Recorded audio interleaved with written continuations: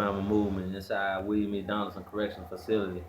We're continuing on with the making of our documentary as we profile the conditions inside of the prison system, the people inside of the system, the injustices that occur, whether it was through wrongful arrest, wrongful conviction. Today we're going to be featuring a couple of guys. Y'all already met the brother right here earlier. We got another young brother. Say your name. Felson McDaily. Felson McDaily. You were on death row, is that correct? No, sir. You never been on? Young. Oh, you was too young, but you tried for a capital case when you was 15. Yeah. And so you done had life without parole all that time. All that time. You got life without? No, they just re-sentenced me to junior. Okay, they already re-sentenced. Yeah, I got paid. They re-sentenced you, or they just took the life without? They took the life without. So they're finna give you a new sentencing here. Yeah, life sentence. Okay. All right. So, but before that, let me make sure I want to clarify. Before the new law came into effect, you had life without parole. Yeah. So when you committed a crime at the age of 15, they sentenced you to the rest of your life in prison. And just because the law was just recently overchanged by the United States Supreme Court, you just not getting the opportunity to go back and try to get relief. That's right. All right. So we're gonna talk about that a little bit. Talk about some of the laws that have been passed. As y'all can see, we in Alabama's Department of Corrections. Y'all know this Free Alabama movement. We give a voice to the people on the inside who the government, especially in the South, but really like Malcolm X said, you in the South, any point below the Canadian border. So it's all the South. And down here, this is their system for African American people. Especially African American youth. We've been talking about. We're gonna talk about two parts of mass incarceration. We're gonna talk about the economic side. And then we're gonna talk about the sentencing side.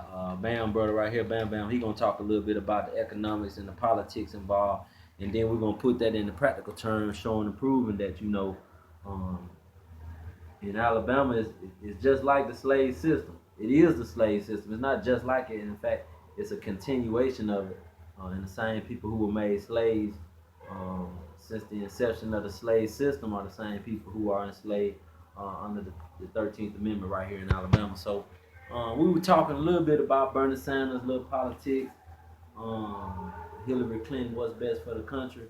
Let's talk about the mass incarceration system that Bill Clinton created. And what is your views on it? How do you see mass incarceration relating to the 13th Amendment and slavery? It's a big, black people, just black men in general, are just a big label for, we're an economic force for them. That's it. But slavery does exist right now. They think that slavery was free. I'm just gonna give a brief illustration of what I mean that slavery exists to today. Say you have these jobs around here in the prison system. You got just on average, it's about 28 prisons in Alabama, just on average. Okay. And there's like 1,200 to 1,500 inmates in prison, and on average, 800 of them have about 800 of them have a job. Well, a job, you know what I'm saying? You're talking about that one prison when you say about 1,200. You're saying if you go to one prison, might be 1,200 people on average. 500 of those people got a job. Yeah, and you agree with that? Yeah, I agree with that. All right, okay. All right, go ahead. All right, well, just on average. Now you have paint crews, you have laundry workers, you have kitchen workers, you have lawn crews, lawn service. You know what I'm saying? Just in here. And they all on average work about a 7 to 8 hour shift every day. Now you have brothers who've been in prison 15, 20, 25 years with no pay, working for free. Now that's now keep in mind you have this, well, they say it's a recession or whatever, I don't know. But what I'm saying is these jobs out here, the unemployment rate is sky high out there in the black community, poor white and the lower minority group community. Right. But with that, this will solve a lot of those problems for those brothers out there who don't have jobs. You have lawn service. These are acres of land they are cutting for free. Right. So all of those people out there, those people can you know what I'm saying, can be compensated for this while we're not being compensated for it. But you have, like I said, you have lawn crews, kitchen services, maintenance, maintenance, and professional grade type of job. Yeah. That the state, like you said, they take advantage of us, but they bring us here to work those jobs. Yeah, bring us here, and then we get out of prison. We made these 400 or 500 families rich, and then we get out of prison and can't even get a job. Can't even get a job. It's a struggle. So on average, probably about like 22, like if I said about 500 or 800 people working for free, just on average out of all these prisons, that's about like 22,000, a little over 22,000 people. Well, when you say that, all right, then you see Hillary Clinton at one time was accepting a lot of money from private prison corporations. Donald Trump, I think at one time he was called out on it. I'm not for certain, but I do believe at one time he was called out on it. We know what Bill Clinton did with the Prison Litigation Reform Act, anti-terrorism, effective death penalty, taking away the Pell Grants from African American men in prison. And see, we are the human face of that. We're not the number. We're not a dollar amount. We're actual living, breathing humans. All the way down to the disenfranchisement laws, where Bill Clinton, well, those are discrimination laws, where if you got a drug conviction, you can't get a job in these areas. You can't do these kind of jobs. So knowing the role that Bill Clinton has played in this, Hillary Clinton now running for president, we see Barack Obama in office. What do you think? We talked a little bit about Hillary and Sanders. Talk about Donald Trump. How do you see these things changing, getting better, staying the same, getting worse under Trump? The same. I mean, it all get worse. They're all principles. Their principles are, you know what I'm saying, how they can continue to keep their finances straight, how they can keep their finances. It's a thing like how it is. They try to create a picture to where it's a race thing, but race it does play a part. Like it's a race thing, but it's a class thing. You have a rich class and you have a poor class. You know what I'm saying? Yeah. So with that being said, Donald Trump has made so many promises to the people that he was gonna uplift this and bring forth more jobs, but it's in all actuality he hasn't. Okay. Yeah. I'm gonna turn to you for a minute. Let's make sure we got you on the camera there. All right. Now say your name again. I missed your name the first time. Mac Day. All right. We call you Professor. Right. Where you from? What county you from, Professor? Jefferson County. Jefferson County. So, how long you been down now? I've been down 21 years and 3 months. So you spend more of your life in prison than you have in society. Right. And how old are you today? 36. Dang. So from 15 years old, you've already did 21 years of your life in prison. You still not even 40 years old yet. No. When your birthday? Your birthday already passed it? Yeah, I got locked up April 10th. My birthday was March 4th. Okay, and you were 15 then. So you had just turned 15. 37 days. 15 days after turning 37 days after turning 15. Okay, and you were charged with what? Capital murder. Okay, were there multiple bodies? No, it was a robbery and a murder. Robbery and a murder. So one person got killed. Yeah. How many people on the crime with you? Me and my co-defendant. Okay, how much time he get? They gave him the death penalty because he was 17. But then that law passed and they took the death penalty off him and gave him life out because he was a youth at the time, 17. Damn. So between y'all, one was 17, one was 15, and they gave both of y'all basically sentenced both of y'all to die in prison. I mean, what type of crime were they alleging? Who they say? I mean, what made y'all's crime so heinous that they had to try to? I mean, I ain't never understood that myself, brother, because, during the course of a robbery, a sister got shot. Okay. Yeah, it's a lady that we know, but now she was accidentally shot. And he told them it was an accident. Out his own mouth. But they was, okay, so you saying that the person that died was killed by accident? Yeah, he was killed by accident. And they gave y'all one the death penalty and the other one life without parole at 15. So what has it been like for you starting out at 15? Because Bam started out at 15 too. So this is two black men that I got in the room that were both 15 years old the day that they were incarcerated. So what has it been like for you? What has your experience been like being so young coming into the Alabama prison system? Well, I like to say I'm not institutionalized, but I really am because I done spent most of my life in prison than I did on the street. Like, to this day, it's certain things I can't even remember about the street. I could be watching the news and the street come on and I done been on, I can't even remember what it is. And then I done lost everybody in my family, basically real stuff, my mom and a a couple months. Okay, what you mean, like brothers, sisters, dad? One of my brothers dead. Alright. 2 of them in prison. My sister and brother sprung out on heroin. I ain't seen them in probably about 9 years. I ain't had a business 8 years. No me in Birmingham. Literally. So what type of means do you have to take care of yourself? I mean, do they pay you? You get a paid job? No, I was working in the kitchen, but they fired because I was about the injustice of how they treat us in there, and we ain't really getting paid now, but y'all working us as slaves. But you talk to us and belittle us like we inhumane, treating us less than human, baby. So, how long you been here? You at level 6 Donaldson, the maximum security prison, the highest security prison in the state. 18 and a half years. You been here for 18 and a half. Why you been here so long? Every time I go up, they just say remain. No reason in that, just remain. So, after spending 21 years, how much are you learning about the system? I mean, do you know about, how conscious are you of the politics of mass incarceration? The people involved? Do you feel like, how do you feel about the way that the system treats black men? Do you see the difference in white guys that you meet in prison as opposed to African American men, black men like yourself? You can, cause I worked in the kitchen, so you seen a bed roster basically, and you see the race difference. Yeah. Like at one time, it was 1,200 some blacks and 296 whites, and the rest said others. About 1,500 people. 1,500 people. It went 300 Caucasian men in this bread. And what do you think the ratio is today? What do you see today? I said, out of what, 28,000? I said, we probably 24,000. Alright. 28,000. We 24,000. So what are your plans? Are you familiar with Free Alabama movement? Yes. Have you been following? How long you been aware of the movement? Probably about 6 months. About 6 months.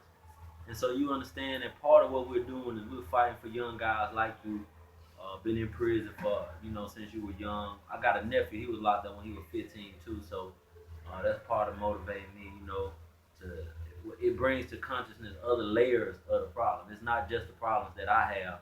There are other people who have had problems too. And so you were 15, he was 15, my nephew was 15. We know there are other 15-year-olds, life without parole, 20, 25 years. And so we understand within the movement that, we have a responsibility right there.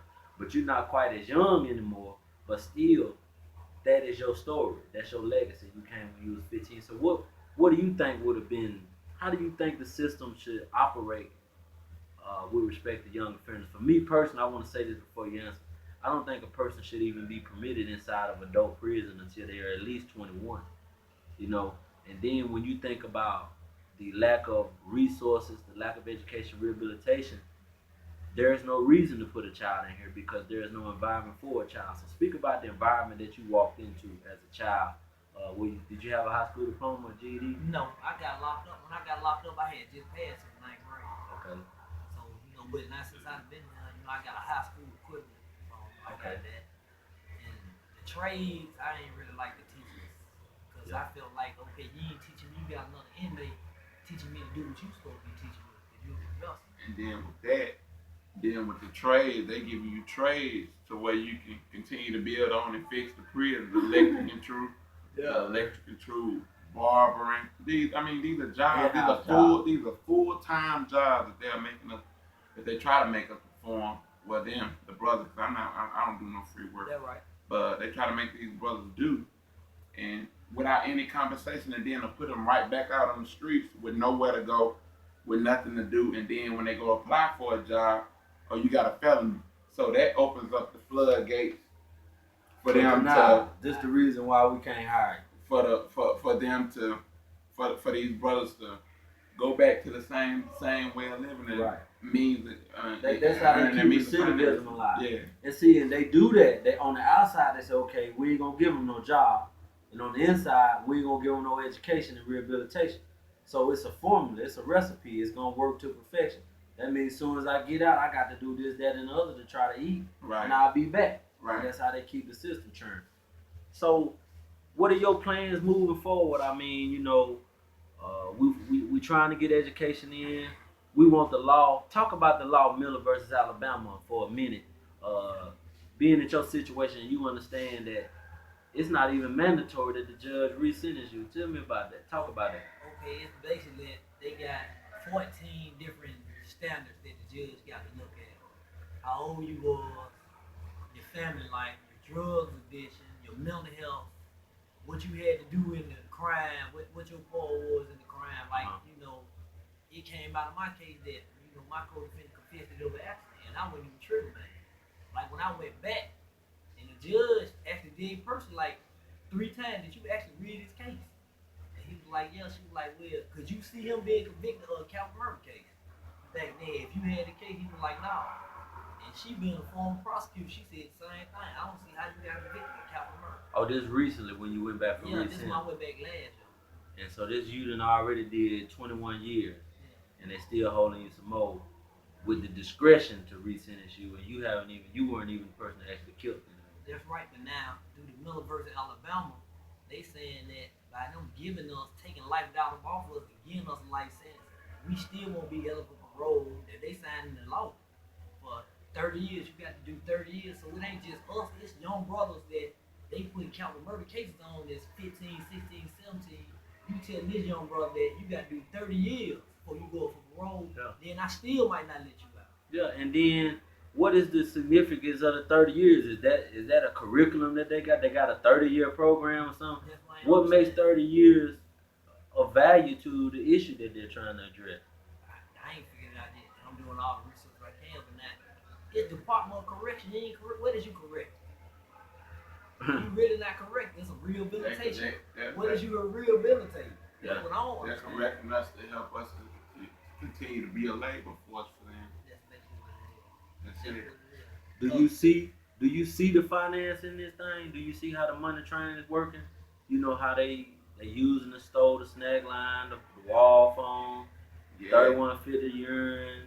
Like I read in the newspaper, the VO5 shampoos and conditioners, those cost $1 in a dollar store, and on the package they cost like $9, $10, or in a store, a pair of boxes, 3 pair of boxes, that'll probably run you for about like $3 or $4. But up here, it's like $30 for 3 pairs of boxes. Plus the $5 to send them. Yeah.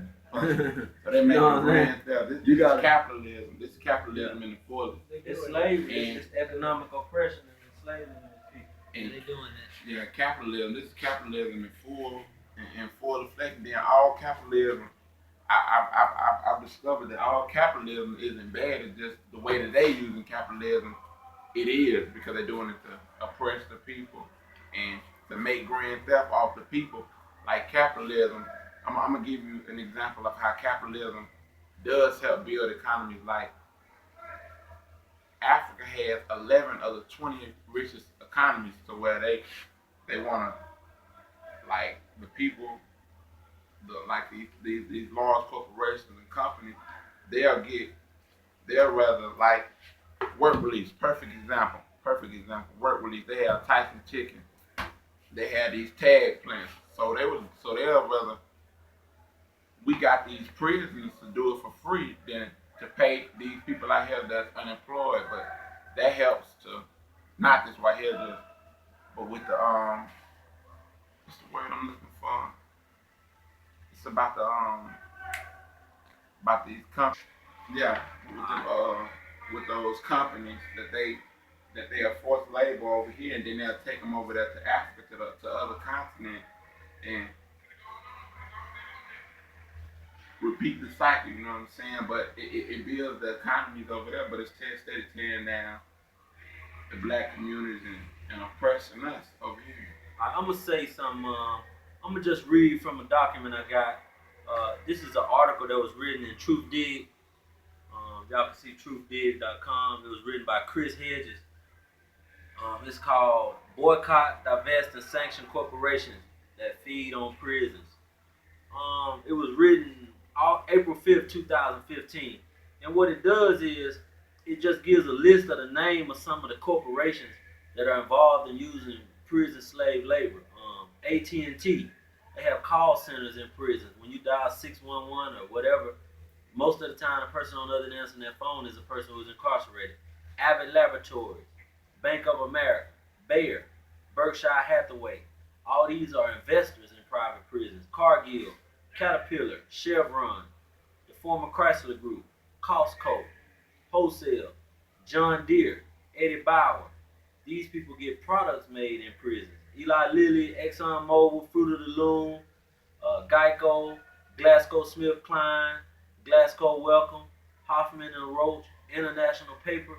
We're making all these different products and provide services for all these different companies. Jan Sport, Johnson and Johnson, Kmart, on their shelves, prison labor, slave labor. Koch Industries, Mary Kay, McDonald's, the uniforms, the meat patties, the frozen patties, the milk, real farms out west, dairy farms using prison labor to milk these cows and provide these products to the prison system. Merck, Microsoft, Motorola, Nintendo, Pfizer, Procter and Gamble, Quaker Oats, Sara Lee, Sears, Sprint, Starbucks. Those cups that you drink at Starbucks made through forced prison slave labor. State Farm Insurance, United Airlines, UPS, Verizon, Victoria's Secrets, Walmart, Wendy's, just to name a few. And Michael Jordan. And these are what we're trying to do is show you the magnitude and the scale of the economics behind what we call mass incarceration. Because see, these corporations are part of the scheme to exploit the poor, the black, the underclass in this country. They pass mandatory minimum laws. They pass habitual offender laws to keep us in prison longer so we can continue to make these products. And on the federal side, the federal government, I'm reading from an article titled Corporations Involved in Profiting Off Prison Labor. Prison for Profit, Dirty Secrets. Prison labor with no union protection, overtime pay, vacation days, pensions, benefits, health and safety, or Social Security withholdings also makes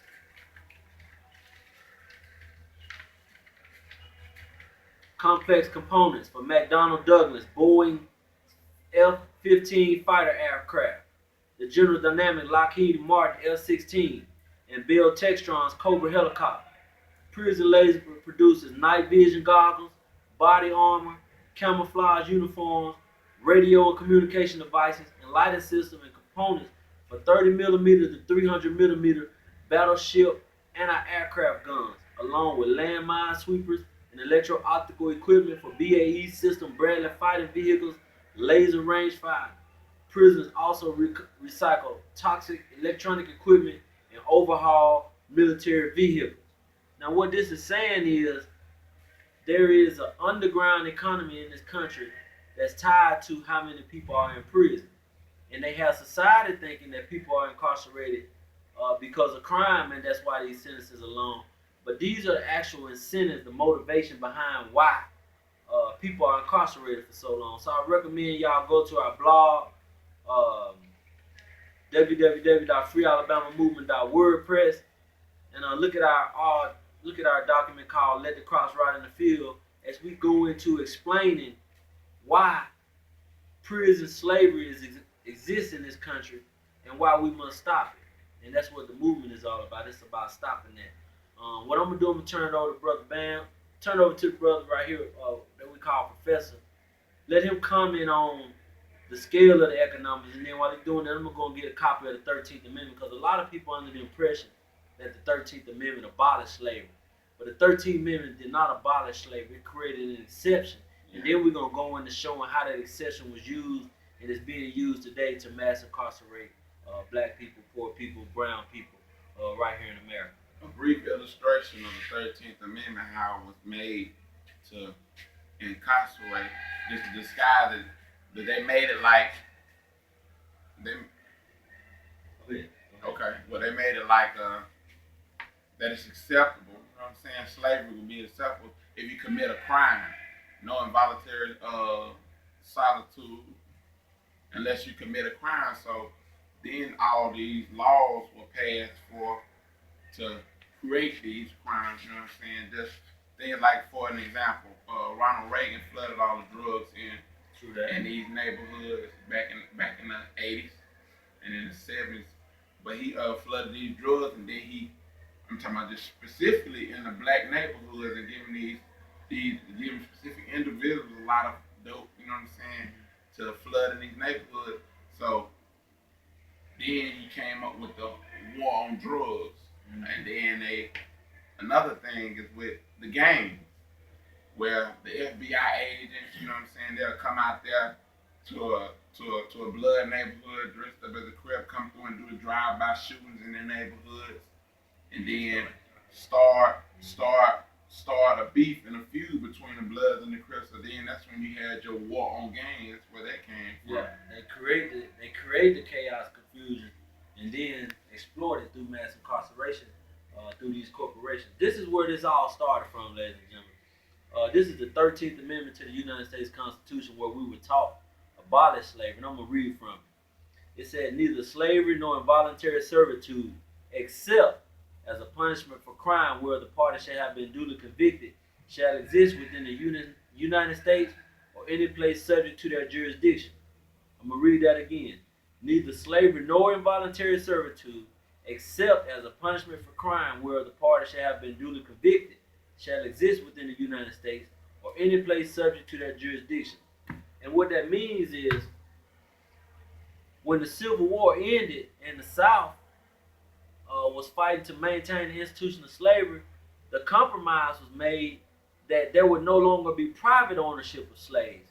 There would only be government ownership of the economic institution of slavery. So no longer will we work for free for Jim Jones or Bob, whoever. Now you will work for the government. And that's why on our back, that's why you see this. That's why the Alabama Department of Corrections is branded on our back, because under the 13th Amendment, this became the institution that could legally carry on and maintain the institution of slavery, because it said, except whereof the party shall have been duly convicted. Where does the conviction come from? In the courtroom. So what that means? That means that the criminal justice system took over the slave system in this country with the passage of the 13th Amendment. And so then they immediately started passing the first mass incarceration laws that this nation ever knew. The vagrancy laws and the Jim Crow laws. So the people coming off of the plantation were treated to the same type of discrimination in 1865 that Bill Clinton guaranteed we would be treated to in 1996. When we came off the plantation, we wanted a job? No. We wanted a house? No. We needed a place to make residence? No. So the vagrancy laws arrested us for not having anywhere to go or nowhere to stay, while the people, property owners, wouldn't give us jobs. Right. The black codes criminalized our lifestyle, our culture. They understood that a man who was relieved from a plantation with no food, no water, no house, no way to provide for himself, he might have to steal something. He might steal a chicken. So chicken became the theft of a chicken became a capital offense. And so they passed these laws to trap us and put us back on the plantation, and it never stopped. On up till today, when you see mass incarceration, when you see mandatory minimum, when you see habitual offender 3-strike laws, when you see the age constantly being lowered to allow children younger and younger and younger to be placed inside of the prison system, this is where it all began at with the 13th Amendment. It did not abolish slavery. It simply changed ownership. And in technical terms, they nationalized it. The same way a country would nationalize the oil in that country or nationalize the diamonds in that country. They nationalized the black man as chattel.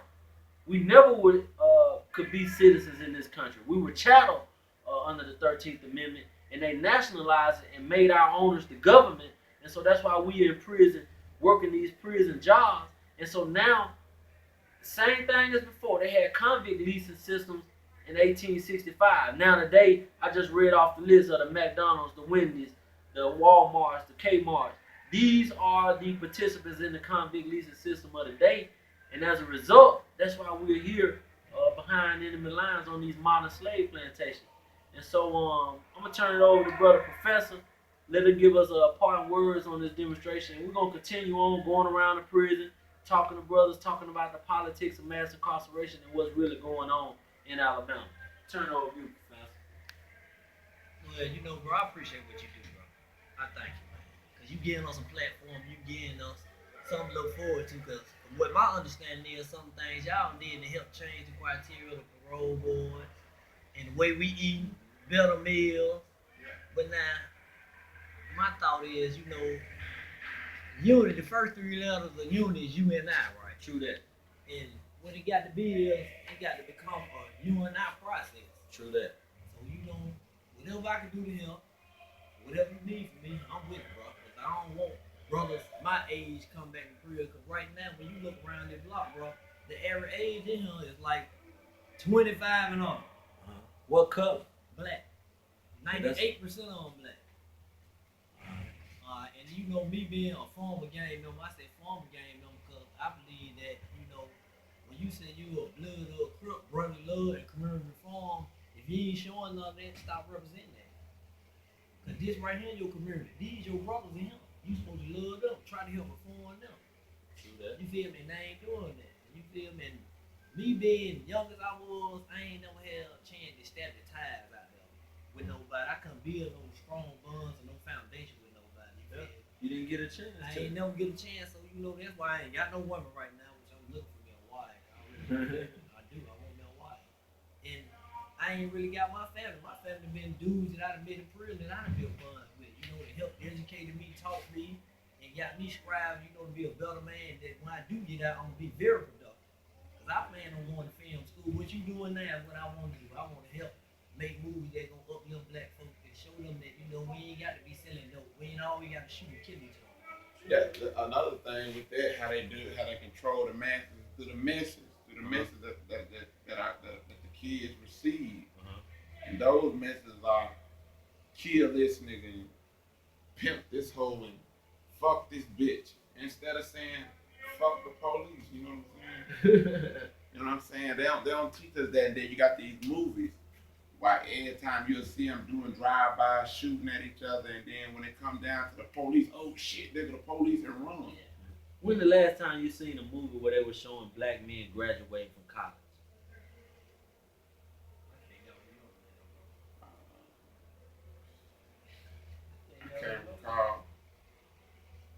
I can't recall. See, the image that they portray for the black man is always a negative image. You got 120 definitions in a dictionary for white men, and it's something being uplifting or anything just describing Caucasian, white, or anything, all positive. And then you have 150, I think, that describes black skin as negative, but everybody's familiar with Jesus, right? But in the Bible, in the Song of Solomon,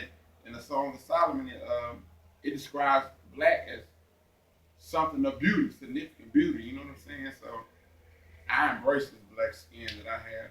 I love it. Right. Yeah, I embrace mine, but through the message, like I listen to music a lot. So in the '60s and in the '70s, there was so much love. They spoke about love, like Marvin Gaye. You know what I'm saying? They spoke more about love and the message. You know what I'm saying?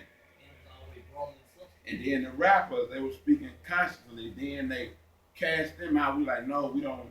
This is another way for us to control the masses. So that's why they took that away. You know what I'm saying? And gave us this gangster rap. Kill this, shoot this, take this. You know what I'm saying? So just the message. How do you feel about? I'm gonna close with this question. I'm gonna ask this question to you. Okay. When you get convicted of a felony in this country, you lose your right to vote permanently. So as a black man, you said right. We have no rights in America. It's privileges. They have no rights. They're privileges.